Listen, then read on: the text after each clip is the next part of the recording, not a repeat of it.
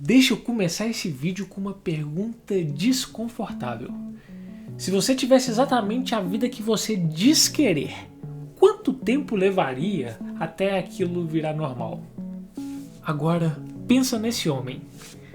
Diretor criativo em Nova York. Respeitado, bem pago, admirado. Ele é o tipo de cara que entra na sala e as pessoas endireitam a postura. Ele apresenta uma ideia e contratos milionários são fechados. Ele construiu a imagem exata de alguém que venceu. Esse homem é Don Draper, protagonista de Mad Men, uma série que acompanha o auge da publicidade nos anos 1960. E pela lógica que a gente aprendeu a repetir desde cedo, ele deveria estar satisfeito. Mas sabe quando quase toda noite meio que termina daquele jeito? Sem plateia, sem discurso, sem aplauso. Sozinho. E não que ele fosse solteiro. Não é como se tudo tivesse dando errado, porque a carreira é sólida. A reputação está intacta. O mundo externo dele funciona. Do lado de fora tudo parece exatamente como deveria. E mesmo assim... não sei, aquela sensação estranha. Ele vai dormir e parece que tem alguma coisa que incomoda.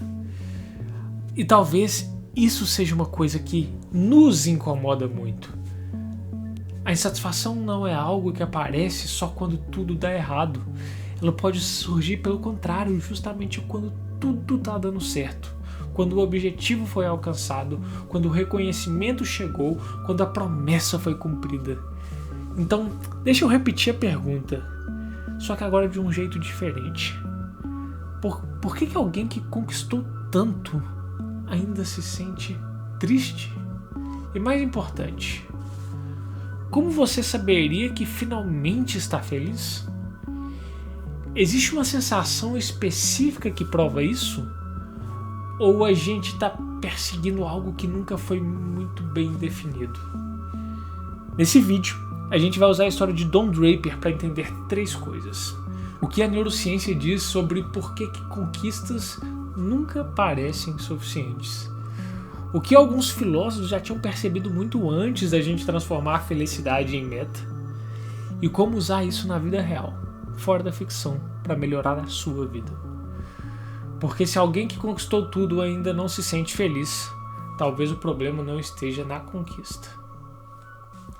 Don Draper construiu a própria carreira vendendo uma promessa invisível. Ele não vendia cigarro, ele não vendia carro, ele não vendia bebida, mas ele vendia a sensação de que algo dentro de você finalmente poderia se encaixar. Essa é a engrenagem por trás de tudo. Don entendia que as pessoas não compram objetos, elas compram significado, compram pertencimento, compram a ideia de que, ao adquirir algo externo, uma falta interna será resolvida. E ninguém fazia isso melhor do que ele. No episódio final da primeira temporada, chamado The Will, Don apresenta uma campanha para Kodak, que se tornaria uma das cenas mais memoráveis da série. Ele pega um simples projetor de slides e transforma em algo quase sagrado. Ele não fala de tecnologia, não fala das especificações do produto, o que ela tinha. Ele fala de memória, fala da família. Ele fala do lugar emocional onde a gente não apenas lembra, mas se sente amado. E ele chama aquele produto de uma máquina do tempo. E a sala inteira muda. Os próprios executivos que esperavam uma publicidade assim, e eles estavam meio que endurecidos, meio céticos, eles ficam em silêncio. Alguns chegam a se emocionar. O produto deixa de ser objeto industrial e vira um portal para casa. Don não vende um equipamento, ele vende a nostalgia, ele vende a reconexão, ele vende a promessa de que existe um lugar onde tudo faz sentido. E ele vence. Ali, ele domina a narrativa. Ele entende que desejo não nasce da lógica, nasce da falta. Ele sabe transformar a ausência em necessidade. Sabe dar nome àquilo que as pessoas sentem, mas não conseguem explicar.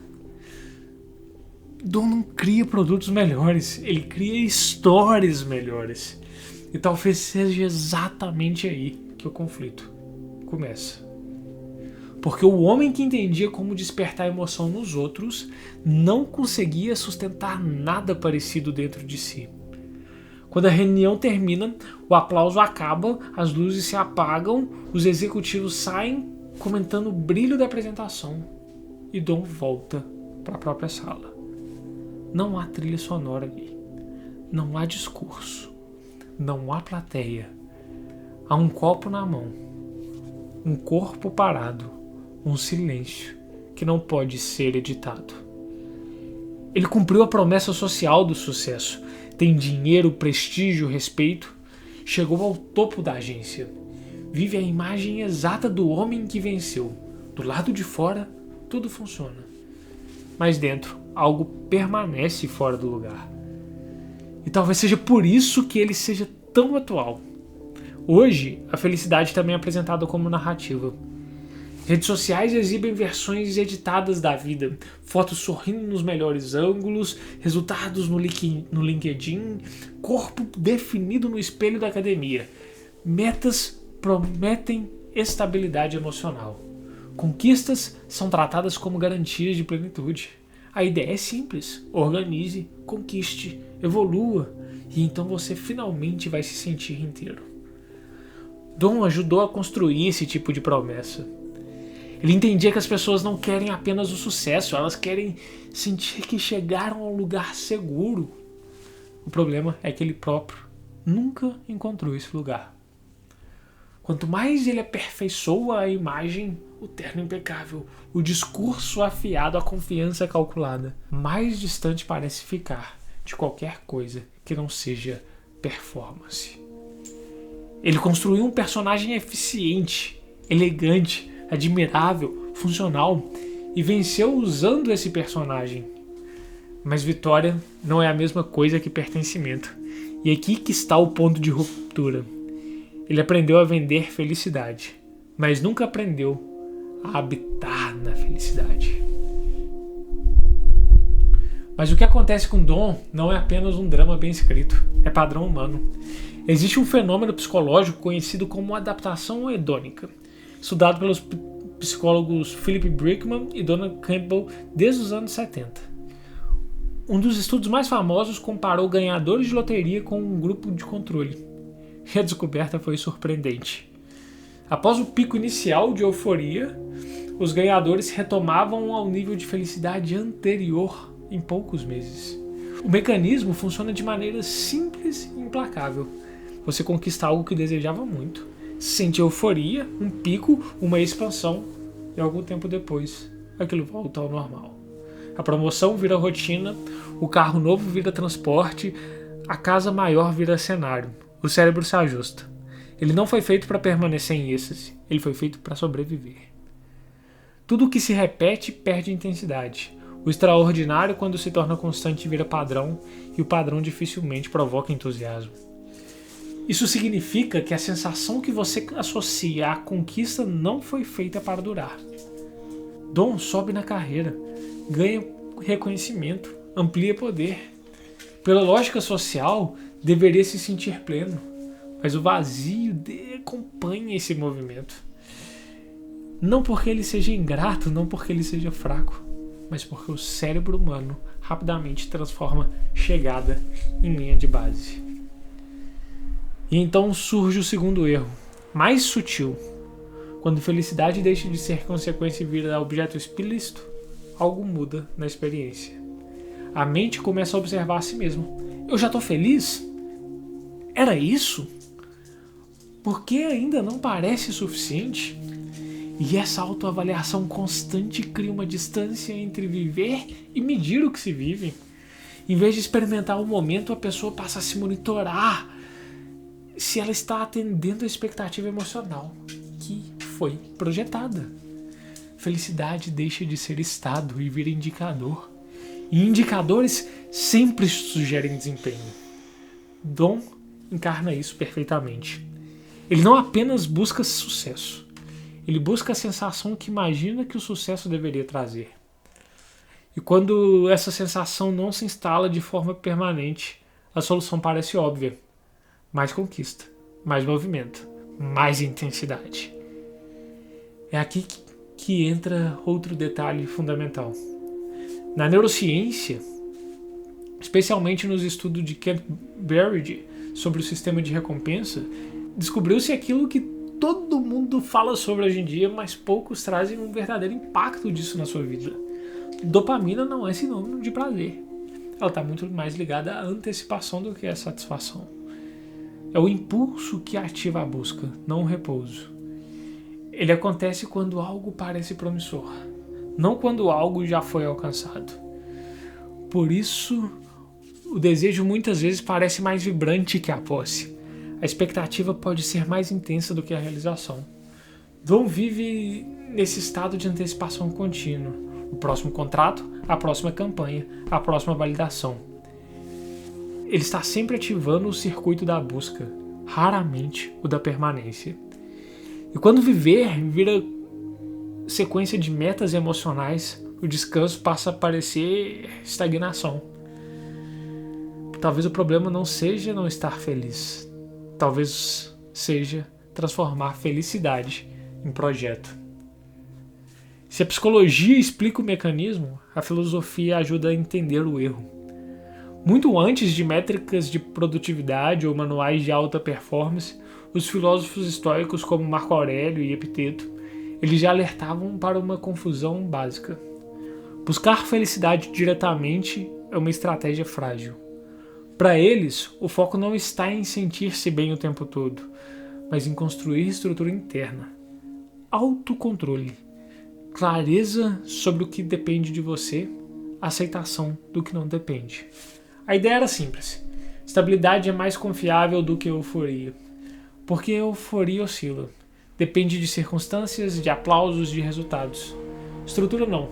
Estrutura permanece, mesmo quando o mundo muda. Dom nunca buscou estrutura. Ele buscou intensidade. Intensidade no trabalho, intensidade nos relacionamentos, intensidade nas conquistas. Mas intensidade não sustenta identidade.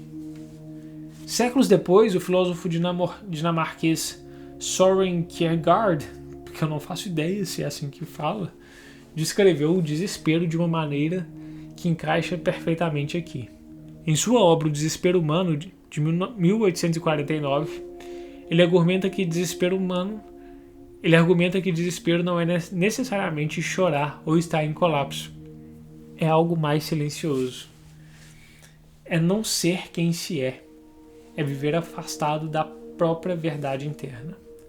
Para ele, é possível ter sucesso e ainda estar em desespero, porque o desespero não depende do que você possui, mas da relação que tem consigo mesmo. E aqui está o ponto mais desconfortável. Cuidado, aqui pode ter spoiler se você pretende assistir Mad Men. Porque Don Draper não nasceu Don Draper. Ele nasceu Dick Whitman. Um passado pobre, caótico, marcado por abandono e vergonha. Um homem que carregava memórias que ele preferiu apagar. Para sobreviver e para prosperar, ele fez algo radical. Abandonou a própria identidade e assumiu outra. Durante a Guerra da Coreia, quando seu superior morre numa explosão, Dick troca as placas de identificação e assume a identidade de Don Draper. Ele criou uma versão refinada, elegante, admirável de si mesmo. Don Draper não é apenas um nome, é uma construção. Ele moldou gestos, voz, postura, gosto, narrativa pessoal.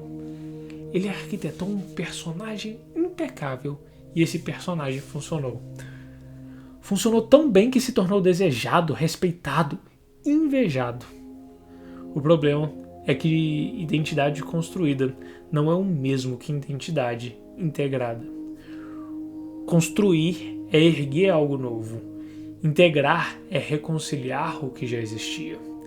Dom construiu uma fachada brilhante, mas nunca reconciliou Dick Whitman com o homem que se tornou. Ele não integrou o passado, ele o enterrou. Não transformou a própria história, ele a substituiu. E viver substituindo a si mesmo cobra um preço. Porque performance exige manutenção constante. Você precisa sustentar o tom de voz, sustentar a imagem, sustentar a narrativa.